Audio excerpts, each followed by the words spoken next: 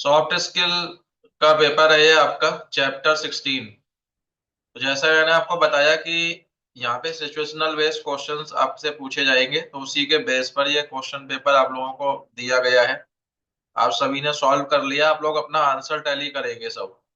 मैं यहाँ आंसर बताऊंगा, आप टैली करेंगे। क्वेश्चन ओके नंबर 1 है, success in recovery depends on. कि जो रिकवरी में जो सफलता है वो किस चीज पे निर्भर करती है, वह आपसे ये पूछ रहा है। ऑप्शन ए है compliance with regulatory norms, collection skills and strategy. कि जो रेगुलेटरी नॉर्म्स बनाए गए हैं, कलेक्शन स्किल्स और स्ट्रेटजी इस पे डिपेंड करती है। ऑप्शन बी कह रहा है कि collection skills, strategy and soft skills पे डिपेंड करती है। ऑप्शन सी है कि communication skills, listening skills and negotiation skills पे डिपेंड करती है। और ऑप्शन डी है स्ट्रेटजी फॉर कलेक्शन। चार ऑप्शन दिए हुए हैं आपको, तो हमारा जो राइट आंसर है वो है ए, कि हमारी सफलता इस चीज पे निर्भर करती है कि जो रेगुलेटरी नॉर्म्स है और कलेक्शन स्किल्स और स्ट्रेटजी को सभी को फॉलो करते हुए जब हम काम करते हैं, तभी हमें रिकवरी में क्या होती है, सफलता मिलती है। आंसर ए है इसका। क्वेश्चन नंबर 2 है कम्युनिकेशन स्किल्स कंसिस्ट ऑफ। तो कम्युनिकेशन में क्या क्या शामिल होता है, कम्युनिकेशन जो हम संवाद कौशल की बात कर रहे हैं, इसमें क्या क्या शामिल होता है। तो ऑप्शन ए है टोन, पिच एंड स्पीड।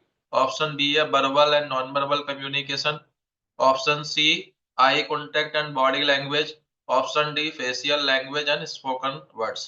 तो आपने जब कम्युनिकेशन स्किल्स पढ़ा था तो आपको बताया था कि हमारा कम्युनिकेशन में वर्बल और नॉन वर्बल दोनों कम्युनिकेशन शामिल होते हैं। आंसर हमारा बी होगा, जो कि हिंदी में हम इसको मौखिक और अमौखिक संवाद कौशल या संप्रेषण कहते हैं। आंसर बी होगा इसका।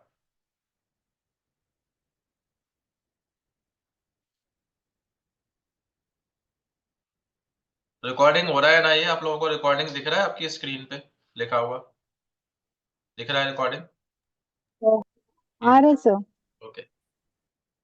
क्वेश्चन नंबर हाँ 3 है sir. Listening skills refers to. Listening skills का मतलब क्या है? तो लिसनिंग स्किल्स का ऑप्शन ए है हियरिंग। ऑप्शन बी है showing empathy to speaker. Option C hearing and observing facial and body language attentively. Option D not interrupting.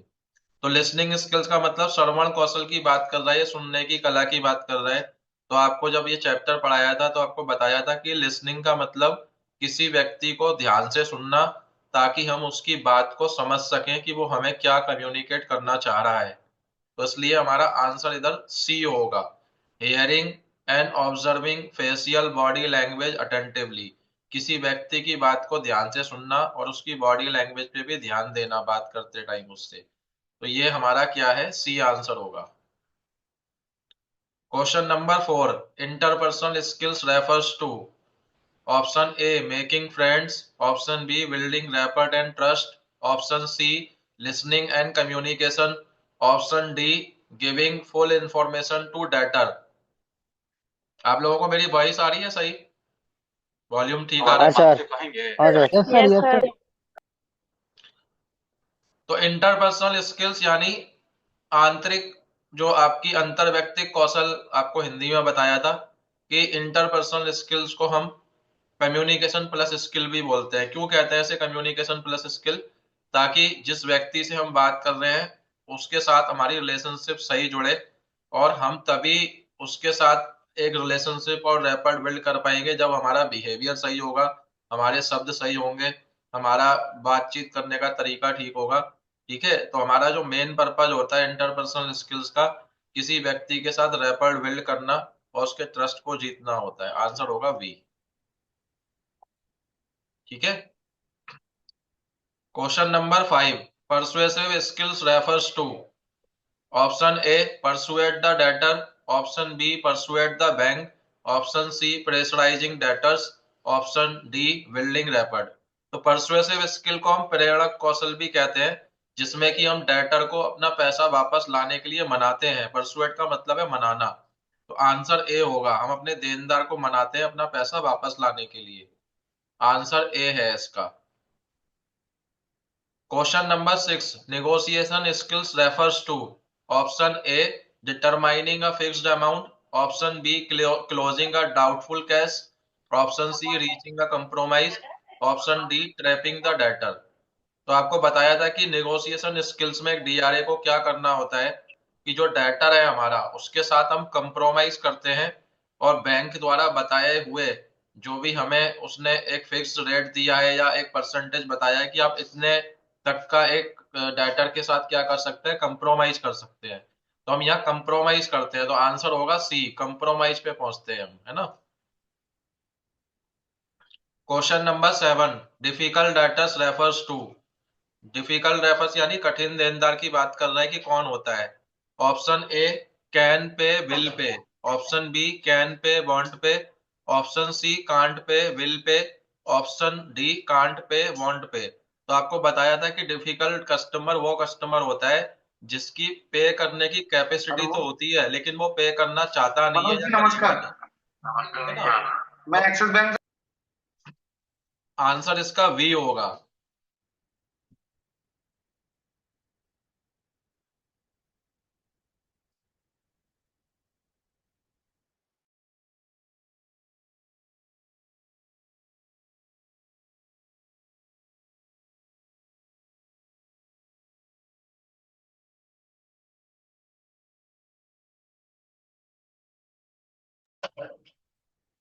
Option B इसका answer है, कैन पे वांट पे, 7 का। Question number 8, credit counselling refers to. तो credit counselling में हम क्या करते हैं, है ना।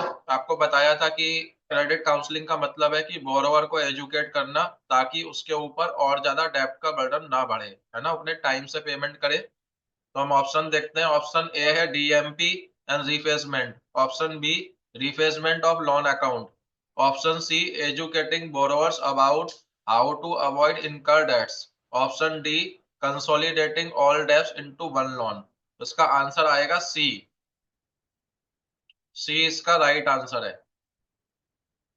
Question number 9, steps in credit counselling are. हम क्रेडिट काउंसलिंग में कौन कौन से स्टेप लेते हैं। तो ऑप्शन ए है prioritise debts, talk to the bank and consolidate debts, option B है talk to the bank, DMP and rephasement, option C है consolidate debts, rephasement and DMP. Answer है, सॉरी, ऑप्शन डी है डेब्ट management programme. तो हमने credit counselling में देखा कि हम दो स्टेप लेते हैं, या तो हम किसी कस्टमर का जो लोन है डीएमपी में लेकर आते हैं या रीफेसमेंट में लेकर आते हैं ताकि वो अपना पैसा फिर से पे करना शुरू कर दे। तो हमारा आंसर सी होगा इधर।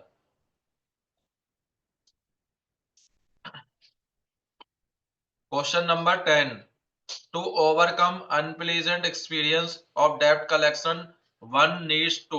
वो कह रहा है कि जो अगर मान लीजिए कि आपके साथ आप काम कर रहे हैं, किसी कस्टमर के साथ आपका कुछ इशू हुआ और ऐसा कोई अनप्लीजेंट एक्सपीरियंस हो गया आपका, तो एक जो डीआर है उसको क्या करना चाहिए। तो ऑप्शन ए है threaten the debtor, option B vent out foul words, option C maintain an angry attitude, और option D have a positive attitude. तो देखिए ऑप्शन ए, ना तो आप धमकी देंगे ना गलत शब्दों का यूज करेंगे, बी भी नहीं होगा, और एंग्री एटीट्यूड आप करेंगे नहीं। आपको ऑप्शन डी का आंसर होगा, आपको पॉजिटिव एटीट्यूड रखना है। अगर ऐसा कुछ होता भी है जहां आपके साथ कोई एक अनप्लीजेंट एक्सपीरियंस हो तो आपको पॉजिटिव एटीट्यूड ही रखना है अपना। Question number 11, knowing the customer and his previous transaction helps in. वो कह रहा है कि जो कस्टमर है उसके बारे में अगर आप जानते हैं, उसके प्रीवियस ट्रांजैक्शंस के बारे में आपको पता होता है, तो आपको किस चीज में मदद मिलती है इससे। ऑप्शन ए है फास्ट कलेक्शन होता है, ऑप्शन बी है compromise the debtors, option C है प्रोवाइड द एप्रोप्रिएट सॉल्यूशन, और option D full and final. तो हम एक एप्रोप्रिएट सॉल्यूशन दे पाते हैं उसको। आंसर सी होगा हमारा इसका 11 का। अगर हमें किसी कस्टमर के बारे में अच्छे से जानकारी है तो हम उसको क्या कर पाते हैं, एक सही सॉल्यूशन दे पाते हैं। Question number 12, through his communication DRA should not make the debtor. अपने कम्युनिकेशन के द्वारा एक डेटर को क्या नहीं करना चाहिए।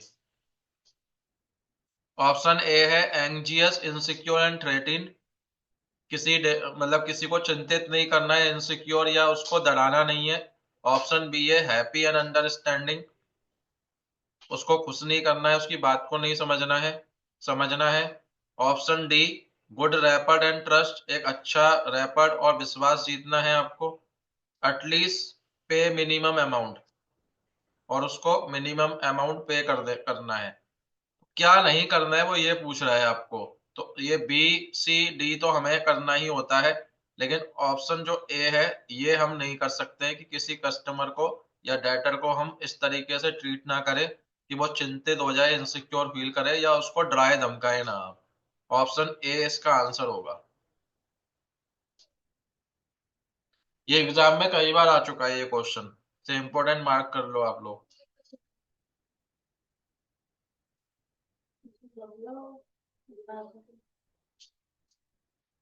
Question number 13, the first impression the debtor forms about the DRA is through, कि पहला जो इंप्रेशन होता है डेटर का, वो जो डीआरए के ऊपर जो पहला इंप्रेशन है वो किस चीज से बनता है। ऑप्शन ए है saving and face, option B है expressions of experience of collection, option C knowledge of collection, option D grooming. तो आपको जब चैप्टर 12 पढ़ाया गया था तो वहां पे हमने बात की थी कि जब कोई डीआरए अगर जब भी कस्टमर से मिलने जा रहा है तो सबसे पहले उसे अपनी ग्रूमिंग के बारे में ध्यान देना बहुत जरूरी होता है।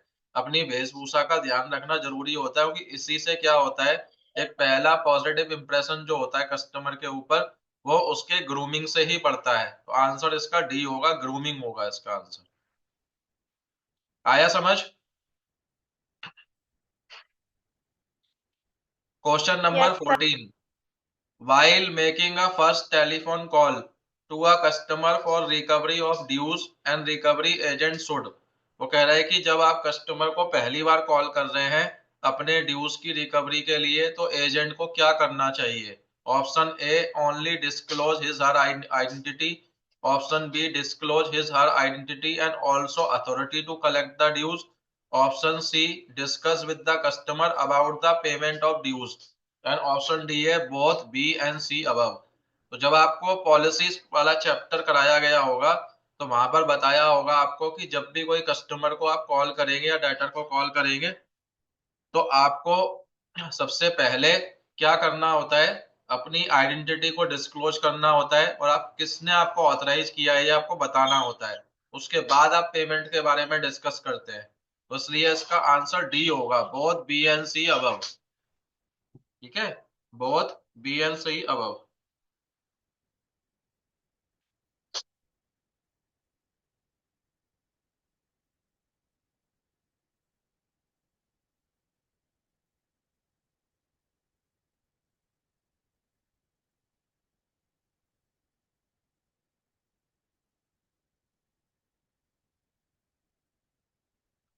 Question number 15, as per IBA's model policy on collection of dues, borrower's request to avoid calls at particular time or place would be, वो कह रहे हैं कि जो आईबीए की मॉडल पॉलिसी है कलेक्शन ड्यूज को कलेक्ट करने की, जो बोरोवर्स की रिक्वेस्ट है कि आप उसे एक पर्टिकुलर टाइम पर कॉल ना करें या इस जगह पर वो जब कॉल ना करें, तो ऐसी रिक्वेस्ट को क्या करना है।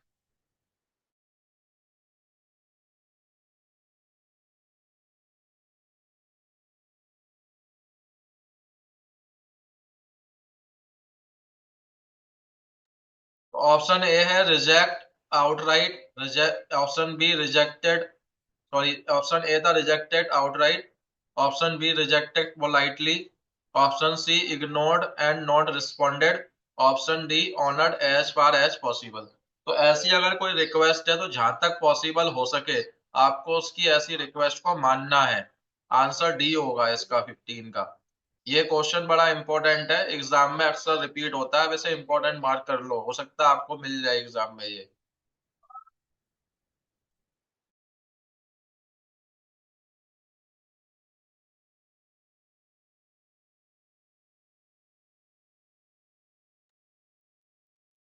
अब नेक्स्ट क्वेश्चन है 16, the basic element of grooming include, तो जो ग्रूमिंग का बेसिक एलिमेंट है वो क्या है। Option A body mouth and appearance, option B bearing bands, option C cloth and ties and blazers, option D hygiene and dressing. Grooming के अंदर दो चीजें शामिल होती है, हाइजीन एंड ड्रेसिंग, कि आप अपने आप को साफ सुथरा रखें और आपका ड्रेसिंग सेंस सही होना चाहिए, प्रोफेशनल होना चाहिए। डी आंसर होगा इसका। ठीक है। Question number 17, maintaining proper eye contact helps in. अगर आप किसी कस्टमर के साथ प्रॉपर आई कॉन्टेक्ट मेंटेन करके बात करते हैं तो ये आपको किस चीज में मदद करता है? Option A, observe the debtors non verbal behaviour. Option B, concentration. Option C, helping the debtor believe. और option D, all of the above. Answer इसका डी होगा, कि अगर आप किसी से प्रॉपर आई कांटेक्ट मेंटेन करके बात करते हैं तो ये सारे पर्पज आपके पूरे होते हैं, ए बी सी। तो इसलिए इसका आंसर डी होगा, all of the above. Question number 18, listening refers to all the ways in which communication is being received from the other party and includes. वो कह रहे हैं कि जो लिसनिंग का मतलब ये होता है कि जो कम्युनिकेशन में आप जो कुछ भी दूसरी पार्टी से रिसीव करते हैं तो क्या क्या इंक्लूड होता है उसके अंदर, है ना? किसी जब दूसरी पार्टी की आप बात सुन रहे हैं तो क्या क्या उसमें इंक्लूड होगा? आंसर ए है hearing attentively. Answer B, sorry, option A है hearing attentively. Option B, showing anger and disapproval while listening। Option C, showing impatience and haste। Option D है नन ऑफ द अबव। तो answer इसका होगा ए, hearing attentively. ध्यान से सुनना ही हमारा listening होता है, कि हम किसी व्यक्ति को ध्यान से सुने, अटेंटिवली रहें, ठीक है, उसके ऊपर ध्यान दें, कि जिससे कि हम उसकी नॉन वर्बल कम्युनिकेशन जो बॉडी लैंग्वेज है उसको भी समझ सके, और उसकी बात को अच्छे से समझेंगे, तभी हम सही रिस्पॉन्ड भी कर पाएंगे और सही उसकी मदद कर पाएंगे। इसलिए आंसर ए होगा इसका। Question number 19, what does the lack of listening conveys to the customer. वो कह रहा है कि क्या है इनमें से जो एक लिसनिंग में कमी है, कस्टमर के पास आप जो लेके जा रहे हैं उसमें कमी है, कि क्या है वो? Option A, it conveys that you are here to collect dues only. इसका मतलब क्या है कि आप ओनली कलेक्ट करने के लिए आए बस। Lack of listening conveys lack of respect and regard. Option C, that you are very much interested in customer. Option D, you are being civil and courteous. अगर आप किसी व्यक्ति कस्टमर के पास गए हैं और आप उसकी बात को ध्यान से नहीं सुन रहे हैं तो इसका इसका मीनिंग क्या है? तो उसका मीनिंग यह है कि आप उसको रिस्पेक्ट नहीं दे रहे हैं। आंसर वी होगा इसका, lack of listening conveys lack of respect and regard. अगर आप ध्यान से किसी व्यक्ति की बात को नहीं सुन रहे हैं तो आप उसको क्या कर रहे हैं, उसको सही से रिस्पेक्ट नहीं दे रहे हैं, उसका उस पर ध्यान नहीं दे रहे हैं आप। आंसर बी होगा इसका। ये क्वेश्चन एग्जाम में बहुत बार आ चुका है, इंपॉर्टेंट है, मार्क कर लो, आपको मिलेगा जरूर ये एग्जाम में। ठीक है ना, ये आपको मिलेगा जरूर। Question number 19, what does the lack, अच्छा ये हो गया। Question number 20, if debtor has not understood his message what is a DRA suppose to do. अगर कोई डेटर क्या है, जो डीआरए बात कर रहा है जिससे वो उसकी बात को समझ नहीं पाया डीआरए की, तो डीआरए को क्या करना चाहिए ऐसे में? ऑप्शन ए है fold up his sleeves and start threatening the debtor to repay the loan. ये अपना क्या करेगा, अपनी बाजुओं को फोल्ड करेगा और धमकाएगा पैसा पे करने के लिए, ये कह रहा है वो। ऑप्शन बी है tell the debtor that policeman are waiting outside his house. उसको बोलेगा कि भैया पुलिसमैन आपका घर के बाहर वेट कर रहा है। ऑप्शन सी है repeat in simpler words what he said last and clarify the missing point. वो सिंपल शब्दों में बताएगा, रिपीट करेगा, और जो भी मिसिंग पॉइंट रह गए थे उनको दोबारा से क्लियर करेगा। ऑप्शन डी है send him statement and details by registered post. और स्टेटमेंट जो है और जो भी मतलब डिटेल्स है वो रजिस्टर्ड पोस्ट के थ्रू क्या करेगा, भेजेगा। तो इसका आंसर सी होगा। ठीक है, सिंपल सिंपल शब्दों में बताना है, जो कुछ भी पॉइंट रह गए थे मिस उसको फिर से क्लैरिफाई करना है। सी आंसर होगा। ये क्वेश्चन भी आप मार्क कर लो, एग्जाम में आपको मिलेगा ये वाला। ये बहुत बार रिपीट हुआ है, आपको मिल सकता है एग्जाम में। सर ये क्वेश्चन को थोड़ा फिर से समझाएंगे? एक्चुअली हमें लगता है कि इसका क्वेश्चन आंसर डी भी तो होना सकता है। क्या होना चाहिए आपके अकॉर्डिंग, क्या लग रहा है आपको? एक्चुअली सर मुझे कहीं ना कहीं मुझे डी लग रहा था सर। डी लग रहा था। जी। वो ये कह रहा है कि एक डेटर अगर आपकी बात को समझ नहीं पाया जो आप उसको समझाना चाह रहे थे, तो ऐसे में आप क्या करेंगे? आपने बात की, वो आपकी बात को नहीं समझ पाया, तो आप क्या करेंगे? उसे क्लियर करेंगे नहीं करेंगे? हाँ वो तो क्लियर करेंगे सर, लेकिन मान लिया कि बोले कि भरबली हम नहीं समझ पा रहे, तो नहीं नहीं, पंजीकृत पद तो हाँ उनको ऐसा दिखा है, आप सकते हैं, उससे उनको बात बोल कर रहे सकते हैं। हैं पहले, तो अगर आपकी बात कॉल पे आपने बात की मान लीजिए, ठीक है ना, आप विजिट छोड़िए, कॉल पे ही बात किया और वो आपकी बात को हम्म। समझ नहीं पाया, तो आप क्या करेंगे? आप सीधा उसको रिटर्न डिटेल भेज देंगे या समझाने की कोशिश करेंगे पहले? और नो सर, पहले तो समझाएंगे नहीं। समझाएंगे ना, आप सिंपल शब्दों में उसे समझाएंगे, जो भी पॉइंट उसको समझ में नहीं आ रहा वो क्लैरिफाई करेंगे। जब उसे आपके बताने से ही समझ में नहीं आ रहा, आप उसको रजिस्टर्ड पोस्ट भेजेंगे, वहां से कैसे समझ में आएगा उसको? ये सोचिए, पढ़कर कैसे समझेगा? जब वो आप उसे बता रहे हैं तभी उसको डाउट हो रहा है, वो नहीं समझ पा रहा है, तो आप उसको भेज देंगे लिखकर तो वैसे ही नहीं समझ पाएगा वो। ठीक है। ये sir. Question number 21, DRA should show empathy for the debtor by understanding his or her problem and offer assistance within the authority as agent given to him by the bank। DRA को क्या करना है? एक debtor की problem को समझना है, ठीक है, उसकी प्रॉब्लम को समझकर जितना पॉसिबल हो सके जो अथॉरिटी बैंक ने उसको दिया है उस अथॉरिटी के अनुसार वो उसकी मदद करेगा, हेल्प करेगा। तो ये स्टेटमेंट ट्रू है या फॉल्स है, ये आपसे पूछ रहा है, तो ये ट्रू है। ठीक है, अपनी अथॉरिटी के अनुसार, जो अथॉरिटी बैंक ने दी है उस अथॉरिटी के अनुसार बैंक से उसको जितना मदद मिल सकता है, क्या उसको बेस्ट ऑप्शन दिला सकता है, उसमें मदद करेगा वो। Question number 22, for non payment of debts what consequences should DRA not to be made aware of. वो कह रहा है कि अगर कोई डेटर ने मान लीजिए कि कोई पेमेंट नहीं किया किसी ड्यूज का, तो उसका क्या परिणाम होगा?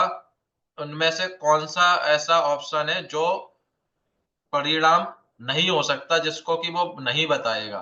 ठीक है, मतलब अगर पेमेंट नहीं करेगा तो कुछ ना कुछ तो बैंक एक्शन लेगा, लेकिन वो आपसे ये पूछ रहा है कि इनमें जो ऑप्शन आपको दिए हैं इनमें से क्या नहीं कह सकते, आप क्या नहीं बता सकते हैं उसको, ये आपसे पूछ रहा है वो।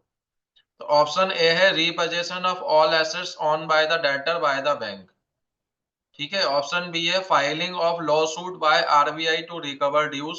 ऑप्शन बी है breach of loan agreement leading to higher interest rate charges. Option D है peace of mind for the customer. तो हम जो ऑप्शन नहीं बता सकते हैं वो ऑप्शन बी है, क्योंकि RBI कोई केस फाइल नहीं करेगा, RBI पब्लिक डीलिंग नहीं करता है, वो डेटर से कोई डिस्कस नहीं करता है ना, बी आंसर होगा इसका, ये नहीं बता सकते। बाकी तीन तो हम उसको बता सकते हैं। समझ में आया इस क्वेश्चन का मतलब? यस। ठीक हाँ है। जी sir.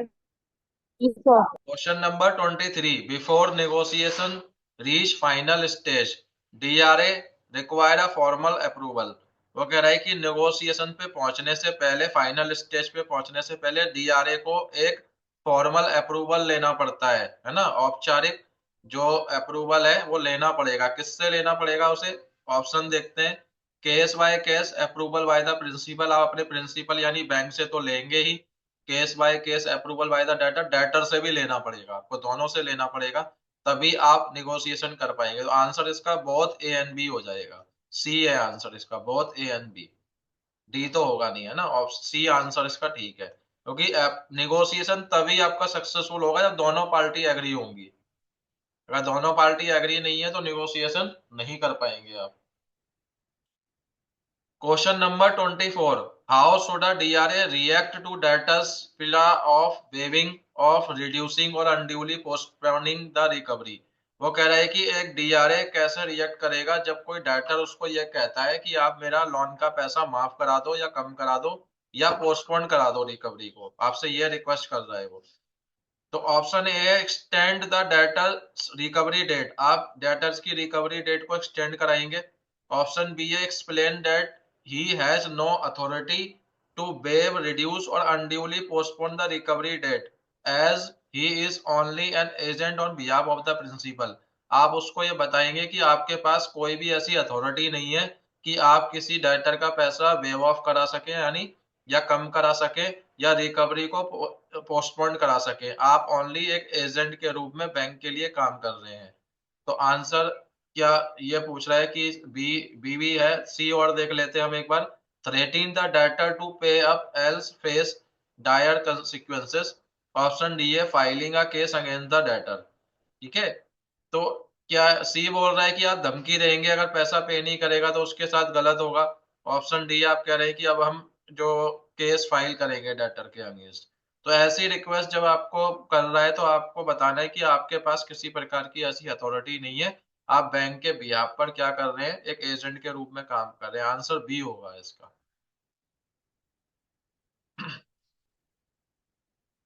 Question number 25, better interpersonal skills mean. एक अच्छा इंटरपर्सनल स्किल्स का मतलब क्या है। आप जो इंटरपर्सनल स्किल्स यूज करते हैं वो किस लिए करते हैं, है ना, वो देखते हैं। Option A any transaction that enhances self, ऐसा कोई काम जो आपकी खुद की वैल्यू को बढ़ाता हो। Option B transaction that diminishes self, जो आपको खुद को कम करता हो। Option C any transaction maintaining equilibrium, कि आप क्या कर रहे हैं, समानता बना रहे हैं एक दूसरे के साथ में। Option D none of the above, या इनमें से कोई भी नहीं। तो बेटर इंटरपर्सनल स्किल्स हम क्यों यूज करते हैं, ताकि दूसरा व्यक्ति हमारे साथ समान महसूस करे, वो डिफर महसूस ना करे, जिससे कि वो हमसे बात कर पाए ठीक से। सी होगा इसका आंसर। समानता बनाने के लिए ही हम इंटरपर्सनल स्किल्स का यूज करते हैं ना, दूसरे व्यक्ति को गलत ना लगे हमसे बात करना। Question number 26, when a customer abuses the bank policy and loan payment system you should. वो कह रहा है कि जब एक कस्टमर बैंक की पॉलिसी के बारे में कुछ गलत बोलता है या लोन पेमेंट सिस्टम के बारे में गलत बोलता है तो आपको क्या करना चाहिए, आपसे ये पूछ रहा है वो। Option A shout back at him, आप उस पे क्या करेंगे, चिल्लाएंगे। ऑप्शन बी है criticise the bank policy yourself, आप खुद ही क्या करेंगे, बैंक पॉलिसी के बारे में गलत कहेंगे उसे।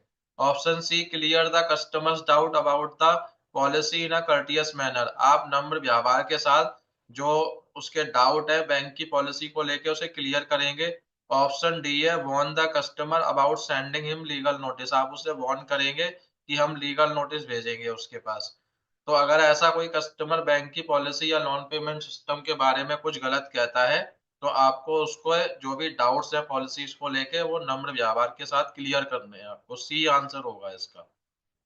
ये क्वेश्चन कई बार एग्जाम में पूछा जा चुका है, इसे इंपॉर्टेंट मार्क कर लो आप। ठीक है,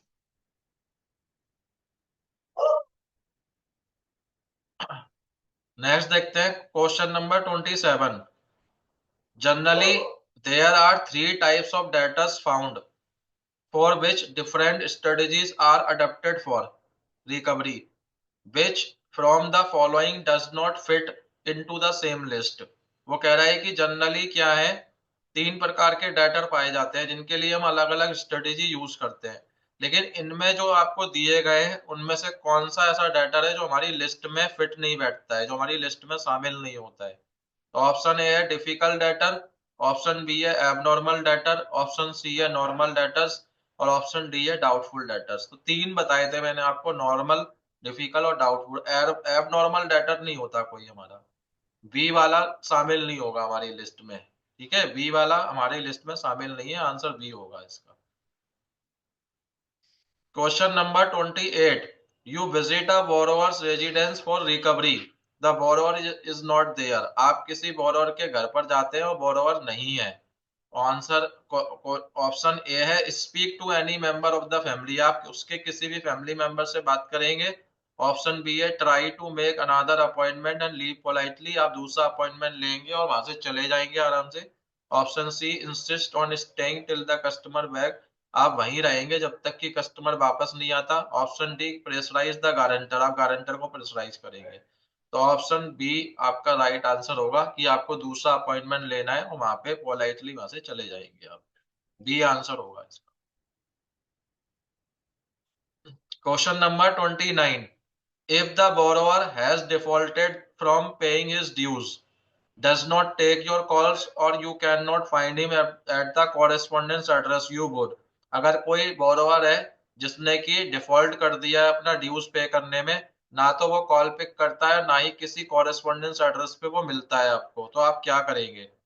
ऑप्शन ए है intrude into the privacy of debtor's close relative, आप उसके रिलेटिव जो है उनकी प्राइवेसी में दखल अंदाजी करेंगे। Check with the option B check with the personal and professional references given by the debtor, जो डेटर ने अपने पर्सनल या प्रोफेशनल रेफरेंसेस दिए थे उनके साथ चेक करेंगे। Option C take help from the telecom department for tracing the borrower's call, आप टेलीकॉम डिपार्टमेंट से उसके कॉल्स को ट्रेस करने के लिए मदद लेंगे। Option D pressurise the guarantor of the debtor, आप जो डेटर का गारंटर है उसको प्रेशराइज करेंगे। तो आंसर बी होगा। हम पहले पर्सनल और प्रोफेशनल रेफरेंसेस जो डेटर के द्वारा दिए गए थे उनको चेक करेंगे हम। Question number 30, you have to collect 2 months dues from the customer ABC, आपको किसी कस्टमर है जो एबीसी उससे 2 महीने का ड्यूज कलेक्ट करना है। You go to his house and get to know that his mother expired that morning, what do you do, आप जब उसके घर जाते हैं तो आपको पता चलता है कि उसकी मदर जो है वो सुबह मर गई थी, तो आप क्या करेंगे? ऑप्शन ए है meet the customer and ask him to repay the dues right away, आप कस्टमर से मिलेंगे और पैसा पे करने के लिए कहेंगे तुरंत। ऑप्शन बी है leave and return after a week, आप वहां से चले जाएंगे और 1 हफ्ते के बाद आएंगे। Option C discuss the problem with the customer's neighbour, आप कस्टमर के पड़ोसी के साथ अपनी प्रॉब्लम डिस्कस करेंगे। ऑप्शन डी है meet the customer and discuss the reason the debt, आप कस्टमर से मिलेंगे और जो डेब्ट का रीजन है वो डिस्कस करेंगे। तो आंसर इसका वी होगा, आप चले जाएंगे और 1 हफ्ते के बाद आएंगे, वी आंसर होगा इसका। Question number 31, you are attending a party in club near a customer's house in your party cloth, you propose to visit the defaulting customer, आप एक पार्टी अटेंड कर रहे हैं कस्टमर के घर के पास और आपने पार्टी क्लोथ पहने हुए हैं, आपको एक डिफॉल्टिंग बोरोवर के घर पे विजिट करने के लिए कहा जाता है। How important is it to maintain proper dress code and appear, आपके लिए कितना इंपॉर्टेंट है कि आप प्रॉपर ड्रेस कोड अपना और अपना अपीयरेंस का ध्यान रखेंगे। As a recovery agent while meeting the customer, एक रिकवरी एजेंट के अनुसार आज जब कस्टमर के घर पे जाएंगे तो कितना आपके लिए इंपॉर्टेंट है प्रॉपर ड्रेस कोड पहनना और अपनी वेशभूषा का ध्यान रखना। ऑप्शन ए है it is not at all important as there is no dress code for recovery agent, वो कह रहा है कि कोई जरूरी नहीं है क्योंकि रिकवरी एजेंट का कोई ड्रेस कोड नहीं होता। ऑप्शन बी है it is not all important as recovery agent can wear whatever he feels like, वो कह रहा है कोई बिल्कुल जरूरी नहीं है क्योंकि रिकवरी एजेंट का जो मन आएगा वो कुछ भी पहन सकता है। ऑप्शन सी कह रहा है it is not all important recovery agent can be badly dressed and have a सेवी अपीयरेंस, वो कह रहा है कि जो रिकवरी एजेंट के लिए बिल्कुल जरूरी नहीं है वो किसी भी तरह का खराब भद्दा अपना ड्रेस पहन सकता है। ऑप्शन डी कह रहा है it is very important as a recovery agent should always maintain proper dress and appearance to make his visit more effective, वो कह रहा है कि ये बहुत जरूरी है रिकवरी एजेंट के लिए कि वो प्रॉपर ड्रेस कोड का ध्यान रखेगा पहनेगा ताकि वो अपनी विजिट को और ज्यादा इफेक्टिव बना सके। तो आंसर डी होगा इसका। ठीक है। Question number 32, as a DRA you visit a defaulting salaried borrower in his house, you come across his boss who asks you to identify yourself and the purpose of your visit, you should, तो कह रहा है as a DRA आप एक defaulting किसी borrower के office जाते हैं, आपको उसका बॉस मिलता है जो आपसे आपकी आइडेंटिटी पूछता है और आने का पर्पस पूछता है, तो आप क्या करना चाहिए? ऑप्शन ए है disclose only your name and company name, आप अपना नाम बताएंगे और कंपनी का नाम बताएंगे। Disclose your name only and indicate the purpose as a personal, आप सिर्फ अपना नाम बताएंगे और आने का पर्पस पर्सनल बताएंगे। Option C give details about the default status, आप क्या करेंगे जो डिफॉल्ट स्टेटस है उसका उसके बारे में उसको जानकारी देंगे। Option D avoid disclosing anything and go away without answering anything, आप डिस्क्लोज करेंगे, आप किसी चीज को डिस्क्लोज नहीं करेंगे और बिना कोई आंसर दिए चले जाएंगे। तो आंसर इसका वी होगा, आप ओनली डिस्क्लोज करेंगे अपना नाम और आने का कारण पर्सनल बताएंगे उसे। ठीक है, अगर ऐसा कोई मिल जाता है उसका साथी या बॉस, तो अपना आने का कारण पर्सनल बताएं सिर्फ, बी आंसर होगा। Question number 33, what is the action of DRA when the receiver debtor has not understood his message. अगर कोई डीआरए, अगर आप एज अ डीआरए मान लीजिए कि आपका कोई मैसेज आपने दिया और वो मैसेज को समझ नहीं पाया डेटर, तो आप क्या करेंगे, आपसे ये पूछ रहा है वो, ये पहले भी आ चुका है ये, है ना। तो इसका आंसर बी होगा, हम पहले भी कर चुके हैं इस क्वेश्चन को, बी लगा लो उसका आंसर 33 का, अभी डिस्कस किया है पहले, आ गया, रिपीट हो गया है। क्वेश्चन नंबर 34, इसको बहुत ध्यान से सुने। The collection time should synchronise with, ये ऐसा क्वेश्चन एग्जाम में जरूर मिलेगा आपको, सर बी थोड़ा है या डी है? चेंज हो सकता है। 33 का वी है, वी। हाँ। 34, collection time should synchronise with, कि कलेक्शन का टाइम किसके साथ सिंक्रोनाइज होना चाहिए। Option A cash inflow of the debtor, debtor के कैश इनफ्लो के साथ।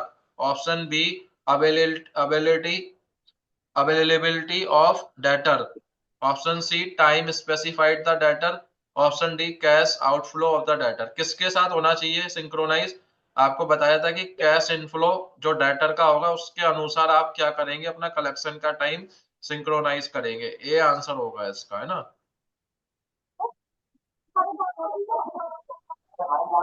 अवेलेबिलिटी तो अगर आप देखेंगे तो वो डेटर कभी मिलेगा नहीं, इसलिए हम कैश इनफ्लो के अनुसार सिंक्रोनाइज करते हैं। Question number 35. A bank received the payment of an outstation bill on behalf of its customer, but before the money could be credited to the customer's account, the bank failed. What is the relationship between bank and the customer? अगर कोई bank ने out station का bill customer के behalf पर receive किया है और उसका पैसा क्या हुआ, क्रेडिट कर आ गया बैंक के पास, और उसके अकाउंट में जब वो ट्रांसफर कर रहा था तो फेल हो गया ट्रांजेक्शन, तो ऐसे में कौन सी रिलेशनशिप आएगी, तो ट्रस्टी और बेनिफिशियरी की रिलेशनशिप आएगी, आंसर डी होगा इसका। ये हम पहले चैप्टर 2 का जब क्वेश्चन हमने किया था तब वहां पे डिस्कस कर चुके हैं इसको, है ना। क्वेश्चन नंबर 36, जनरली द डेब्ट collection policy of bank will be based on the following principle. वो कह रहा है कि जो हमारी डेब्ट कलेक्शन की जो पॉलिसी है बैंक की, वो किन सिद्धांतों पे आधारित होती है आमतौर पर। Option A dignity and respect to the customer. Option B courtesy, fair treatment and persuasion while interacting with the customer. Option C की privacy and confidentiality of the customers dues and other records. Option D all of the above. तो इन सभी पे आधारित होते हैं हमारे, तीनों होंगे ए बी सी, तो आंसर हमारा डी होगा, ऑल ऑफ दी अबव। इन सभी सिद्धांतों का हम ध्यान रखते हैं अपनी पॉलिसी में। Question number 37, the purpose of know your customer and anti money laundering is. क्या पर्पज है, अपने कस्टमर के बारे में जानिए और एंटी मनी लॉन्ड्रिंग के बारे में। क्या पर्पस था एंटी मनी लॉन्ड्रिंग का। आंसर है ऑप्शन है to prevent use of banking channels for money laundering, banking channels को रोकना मनी लॉन्ड्रिंग के लिए। Option B not to prevent banking channels for money laundering, money laundering के लिए बैंकिंग चैनल्स को नहीं रोकना। Option C use of banking channels for money laundering, money laundering के लिए बैंकिंग चैनल्स का यूज करना। Option D open the new saving bank accounts, नए सेविंग बैंक अकाउंट्स ओपन करना। तो हमारा आंसर क्या था, पर्पज क्या था, ये जो मनी लॉन्ड्रिंग को रोकना था हमारा पर्पज, आंसर ए होगा हमारा। ठीक है, केवाईसी और एंटी मनी लॉन्ड्रिंग हम इसलिए करते हैं ताकि हमारे बैंकिंग चैनल में मनी लॉन्ड्रिंग ना हो, उसको रोका जा सके। ए होगा आंसर इसका। Question number 38,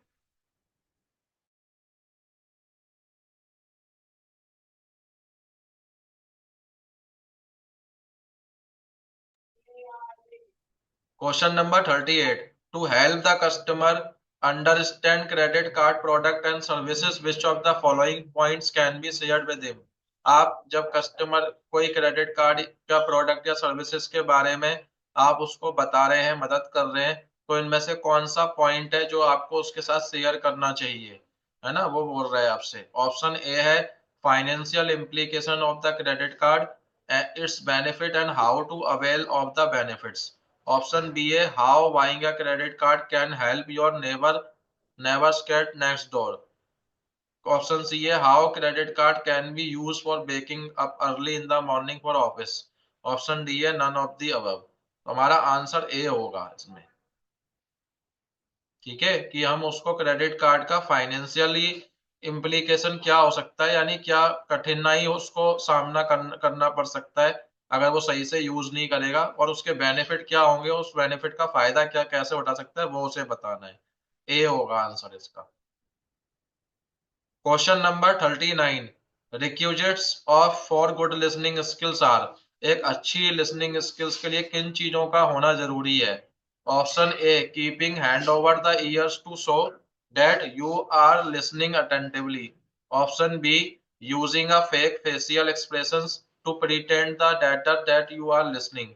Option C hearing attentively to what the data is saying, being patient to hear out all the points conveyed by the data, and being conscious of not exhibiting the anger's disapproval to data's point of view, interrupting only after the other party has finished speaking or making a point. Option D none of the above. तो answer इसका सी होगा, कि हम किसी की data की बात को ध्यान से सुने वो क्या कह रहा है। ठीक है, पेशेंस रखें ताकि वो अपनी हर बात आपको कन्वे कर सके। ठीक है, ये आंसर इसका सी होगा।